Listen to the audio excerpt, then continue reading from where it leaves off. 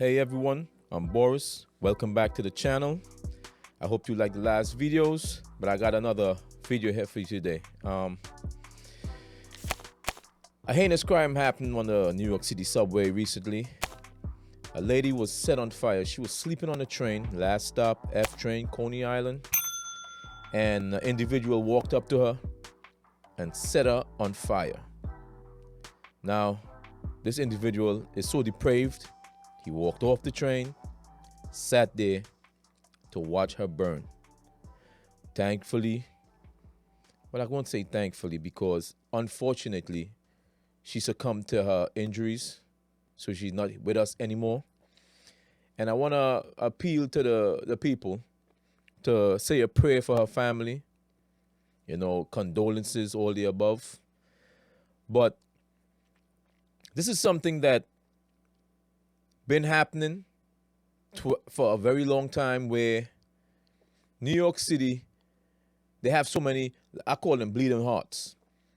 They say they want to have more cops on the subway line. Oh, it's too much cops. Okay. They say they want to have cameras. They cry, oh, we don't want no cameras. Really? Now, fortunately, the people who understand these things is needed fought for it enough that they actually got a video of it happening, right? So now they got to see that it wasn't just a random homeless situation where somebody was smoking and their cigarette fell on their clothing, stuff like that. You know what I'm saying? So now they knew for a fact it was a homicide. The guy who did this was an immigrant. We don't know if he was an asylum seeker, if he was illegal, if he came through legally. Let's get into the video. This one here is sad, and the prayers go out to their family once they figure out who she is, because from right now, from what they're saying, they have no idea who she is. And hopefully someone is missing a loved one and they could identify her and get this all sorted out.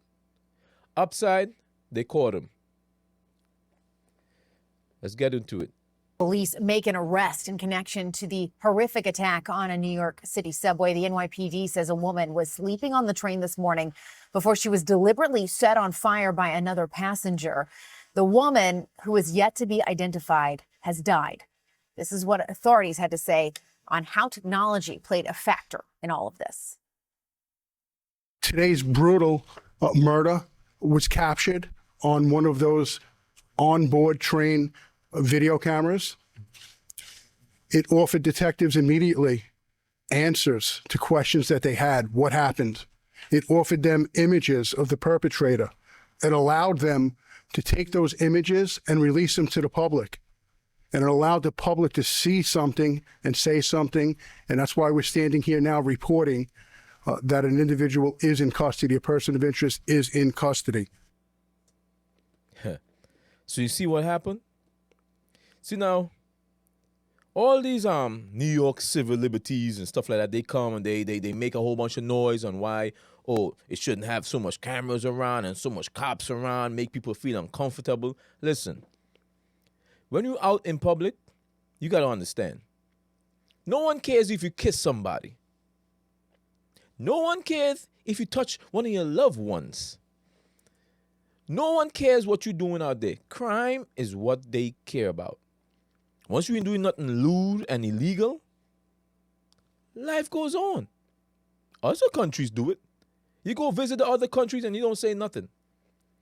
Why not have it in and around America, especially big cities like New York City? But they make a big stink about it. And it's times like these where these things come in handy that you could actually find solutions and have immediate reaction that helps. Now, these people who be fighting all these things, they're using their Ubers and they're using their town cars to get around, so they don't have the experience that other New Yorkers have in the subway. That's why they could come fight, say what they got to say, and they know they're going to be nice and safe and cozy and shielded from the madness in above ground in their nice cars driving around. Yeah, they don't care about you. So you shouldn't let these people fight on your behalf for things that is actually necessary and needed. CNN's Gloria Pazmino has been tracking this story. What are these new details, Gloria? Well, Jessica, extremely disturbing details that we learned from police officials just a short while ago. This happened early this morning around 7:30 at the Stillwell Avenue station in Coney Island, which is in Brooklyn. And this is the end of the subway line. Now, police tell us that there was a woman who appeared to be sleeping on the subway car. The subway car was not moving at the time. And then the suspect approached her, lit her on fire, apparently using a lighter. That's what we learned during the press conference just a short while ago. The woman immediately caught fire. She was engulfed in flames. And officers that were patrolling the station at that hour were able to respond and put out the flames. They were unfortunately not able to save her. EMS responded to the scene and the woman was pronounced dead at the scene. Now, police really just were able to give a lot of detail, thanks in part to the cameras that were in the subway car. This is a relatively new thing here in New York City, Jessica, that we have nearly full subway cover when it comes to surveillance cameras. That was how they were able to get very good, clear images of the suspect, which they then arrested several hours later. One very important detail, which the law enforcement officials went into, is that they were able to disseminate those images through the media and the press. And then they got a tip from 3 young New Yorkers. The police commissioner said that they were high school age who saw the man and reported it to the police. They were able to make an arrest, and he is now in custody. Amen. Look at our young folks doing the right thing. Let me tell you something, right? Hold on. Let me get him a round of applause. Their parents raised them right. Because, there's no snitching culture. Everybody want to mind their business because, I ain't no snitch, I ain't snitching. Right? Thank God for them. They should give them a reward or something. I know they had no reward popping, but they should have given them a reward for that. Let other people know, listen, there's an upside to being good Samaritans. Yeah. I want you to take a listen to the police officials just describing this incident earlier this morning. Someone who we believe carried out one of the most just depraved crimes one person could possibly commit against another human being. And it took the life of an innocent New Yorker. But at this hour, I am pleased to announce that a short time ago, alert NYPD transit officers took a person of interest into custody. What time was this? So a combination of technology and good old-fashioned police work there, Jessica, as well as New Yorkers who were paying attention and called it into that tip line. We are waiting to hear details on the charges that this person is facing.